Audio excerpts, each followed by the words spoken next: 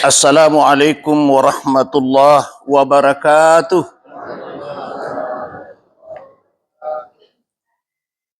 Allahu Akbar. Allahu Akbar. Allahu Akbar. Allahu Akbar. Allahu Akbar. Allahu Akbar. Allahu Akbar. Allahu Akbar. Allahu Akbar. Allahu Akbar. Allahu Akbar kabira walhamdulillahi katsira wa subhanallahi bukratan wa asila. La ilaha illallah wahdah sadaka wa'dah wa nasara abdah wa azza jundahu wa hasamal ahsaba wahdah. La ilaha illallah wallahu akbar. Allahu akbar walillahil hamd. Alhamdulillahilladzi hadana li hadza wa ma kunna linahtadiya laula an hadanallah. Asyhadu an la ilaha illallah wahdahu la syarikalah. Wa asyhadu anna Muhammadan abduhu wa rasuluh. Allahumma salli wa sallim ala sayyidina Muhammad wa ala ali sayyidina Muhammad wa sahbihi wa man wala amma ba'd. Fa ya ayuhan nas ittaqullaha haqqa taqwahu kama qala ta'ala.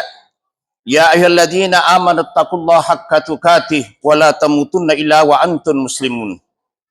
Wa alamu anna yawmakum hadza yawmun adim wa 'idun karim ahallallahu lakum fihi ta'am wa harrama 'alaikum fil siyam.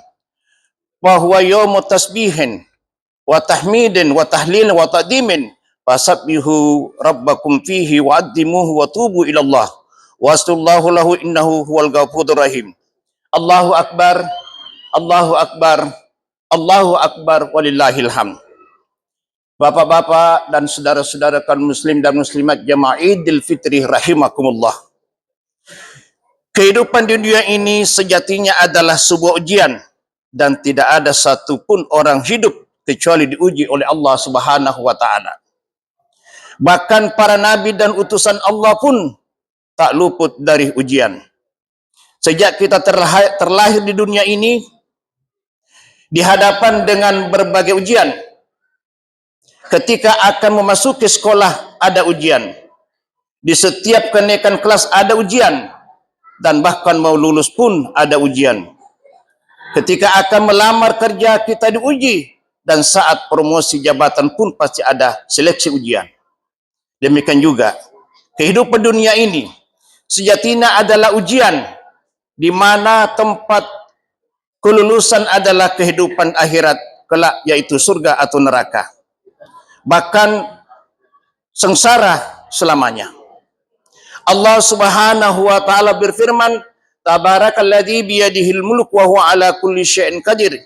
Alladzi khalaqal mauta wal hayata liyabluwakum ayyukum ahsanu amala wa huwal azizul ghafur. Ujian diselenggarakan oleh manusia tentu sangat berbeda dengan ujian yang diselenggarakan oleh Allah Subhanahu wa taala. Ujian di sekolah maupun di dunia kerja sangat bersifat rahasia.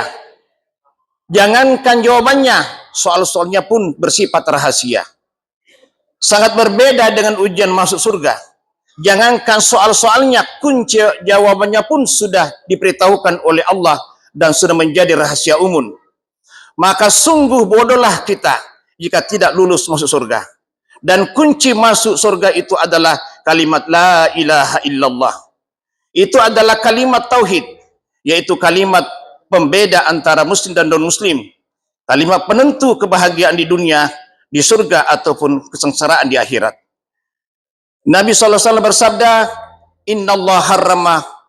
Innallah qad harrama 'alan nar man qala la ilaha illallah yabtaghi bizalika wajhallah. Sungguh Allah mengharamkan seorang masuk neraka yang mengucapkan la ilaha illallah dengan ikhlas karena Allah. Kalimat tauhid di atas tentu bukan hanya sekadar diucapkan, tapi perlu diyakini dengan sepenuh hati bahwa tidak ada Tuhan yang berhak disembah kecuali Allah Subhanahu wa taala. Dan keyakinan tersebut dibuktikan dengan pengabdian dan penghambaan diri kepada Allah Subhanahu wa taala dengan berbagai macam ibadah. Hadirin dimuliakan Allah Subhanahu wa taala, jamaah Idul Fitri rahimakumullah. Di setiap Ramadan kita selalu mendengar dan bahkan hafal hadisnya Rasul yang artinya ketika masuk bulan Ramadan maka setan-setan dibelenggu, pintu-pintu surga dibuka dan ditutup pintu neraka.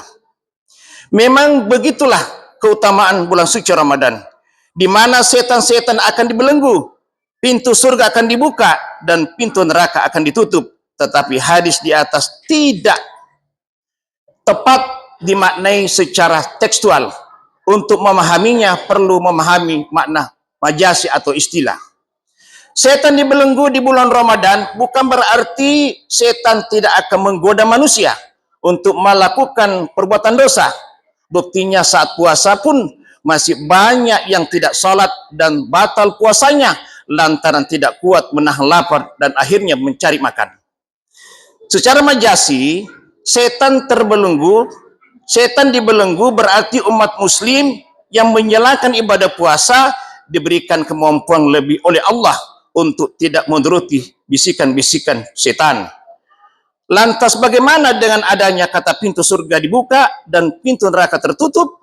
Maksud pintu surga dibuka karena di bulan puasa amal saleh akan dilipat gandakan pahalanya sehingga kesempatan masuk surga jadi lebih besar. Sedangkan pintu neraka ditutup berarti di bulan puasa kesempatan kita untuk melakukan perbuatan dosa lebih kecil dibandingkan dengan bulan-bulan biasanya.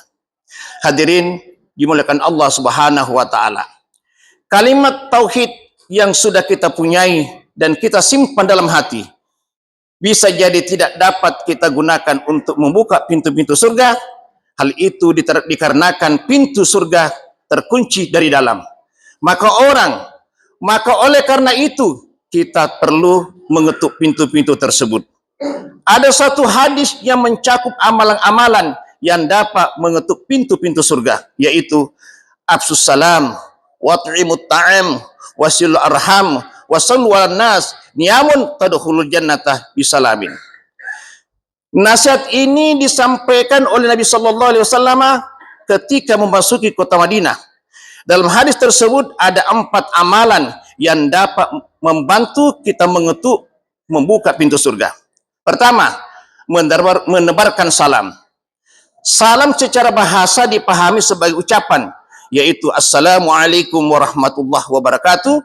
Dan ini adalah ucapan salam yang harus kita jadikan sebagai tradisi kita dalam kehidupan sehari-hari.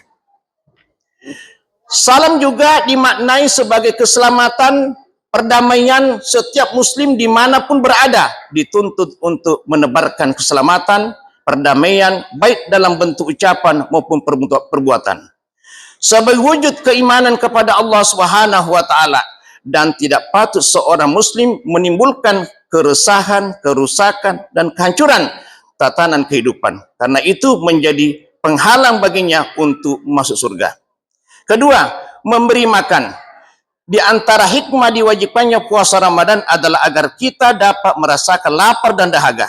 Sementara banyak yang lapar bukan karena puasa, tetapi kelaparan karena ketiadaan. Dan lapar di sini tidak terbatas dalam kosong perut dari makan dan minuman, tetapi kosong akal dari ilmu pengetahuan. Maka dalam konteks ini kita dituntut tidak hanya berbagi makanan sebagai nutrisi badan, tetapi juga berbagai donasi pendidikan sebagai nutrisi jiwa bagi yang membutuhkan. Ketiga, menjalin silaturahim atau kasih sayang. Agama kita sangat menganjurkan untuk menjalin silaturahim karena silaturahim mendapat manfaat yang luar biasa. Pertama, dapat memperpanjang umur dan melapangkan rezeki. Yang kedua, akan dijauhkan dari neraka. Yang ketiga, menjadi salah satu sarana kita untuk mendekatkan diri kepada Allah Subhanahu wa taala. Yang keempat, dapat menjaga kerukunan dan keharmonisan dengan sesama manusia. Yang kelima, dapat menjadikan kita sebagai makhluk yang mulia di sisi Allah Subhanahu wa taala.